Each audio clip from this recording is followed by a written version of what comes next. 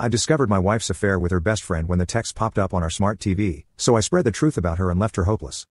I, 45 meters, have been married to Amy, 45F, for the last 15 years. I'm an executive at a company, whereas my wife is a homemaker. She used to work at a plant nursery in her 20s, but after our marriage, she chose to be a homemaker. We have 2 daughters, Emma, 13F, and Ella, 11F. Ours was a happy family until the truth of my wife's adultery was exposed, thanks to the smart TV. Okay, so last week it was our friend John's birthday. He has settled in a different country for the last few years. We video called him at midnight to wish him. After wishing him, all 4 of us, me and my wife along with John and his wife, were caught up in small talks about work and life. He didn't have any other plans for the birthday night, so we decided to hang out virtually and relax for a while. His wife suggested that we can Chromecast the WhatsApp video call through the TV. In that way, we can sit back, relax, and have some good time together. My friend's wife and Amy are also good friends, and we used to hang out a lot when they were in the city. Anyway, Amy connected her phone to the TV since the TV remote app was already installed and active on her phone.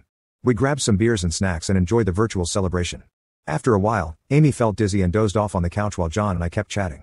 His wife was also asleep. About 15 to 20 minutes into it, the call got disconnected due to internet fluctuations, and my wife's WhatsApp screen popped up on the TV. I was just about to call back John when I noticed some 10+ unread messages from someone named Lifeline with a heart. I was a bit surprised because it was not me. Curiosity got the better of me, and I clicked on the profile picture and found that it was her childhood friend Matt. I've met him like a zillion times after my marriage because my wife was close to him. They were neighbors and school friends. She once told me that everyone around them in the neighborhood as well as in the school thought that they were either dating or would eventually date each other. However, that never happened. According to my wife, she didn't see him as a romantic partner. Besides, Matt was not interested in women. As of the current status, Matt was single. I wasn't that troubled seeing my wife's lifeline because she told me that he wasn't interested in women.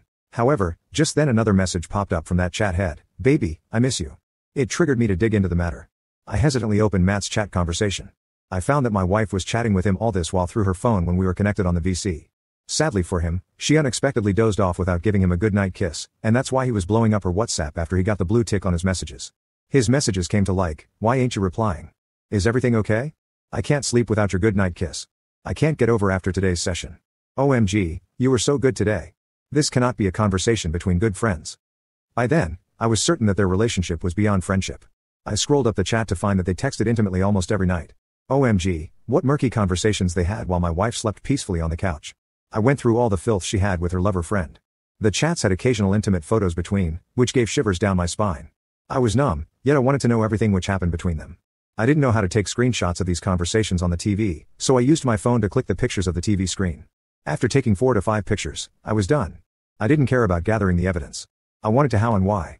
I wanted to yell, howl, and lash out my frustration, yet I didn't know how to confront her. It was 2 a.m., and I was already down with countless beers. I barely had any energy to move or even think. I just kept scrolling through the chat, seeing my failed marriage in front of me on the big screen. Everything looked baseless at that point. She shared every minute detail with her lover, even the details of our intimate moments. In fact, after every private moment between us, she used to repeat the same with him in order to compensate for his feelings. I felt disgusted. I wanted to know when all of this started.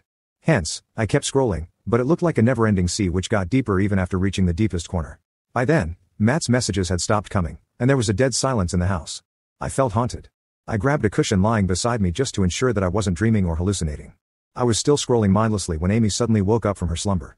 Her sleepy head suddenly got hyperactivated on seeing her dual life displayed on the TV screen. She immediately snatched the remote from my hand and switched off the TV. She then pounced on her phone and disconnected it from the TV. I just kept staring at her, dumbfounded. I saw her opening her WhatsApp chat, glancing through her lover's chat, and then closing the app with a huge sigh. That long breath was a sign of surrender. She understood that I knew everything. She held my face with her hands and came closer to me, saying, "Baby, I can explain. Please listen to me." I stared back at her and replied, "Sure, please explain."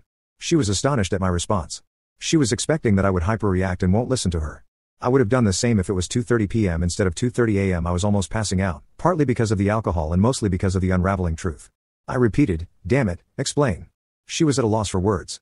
She murmured, "Actually, Well," I said, "you know what, don't try. You know you're screwed." Saying this, I limped my way to the bedroom. She followed me. I turned towards her and asked her to stay out while slamming the door in her face. I heard her knock a few times, but I passed out soon after. The next morning, I woke up heavy-headed and almost forgetful of what happened last night. I went out of my room to fetch a bottle of water. My throat was dry. Seeing me coming out of the room, she rushed towards me, and with that sight, all the harrowing memories of last night came rushing too. She tried to hug me, but I asked her to back off.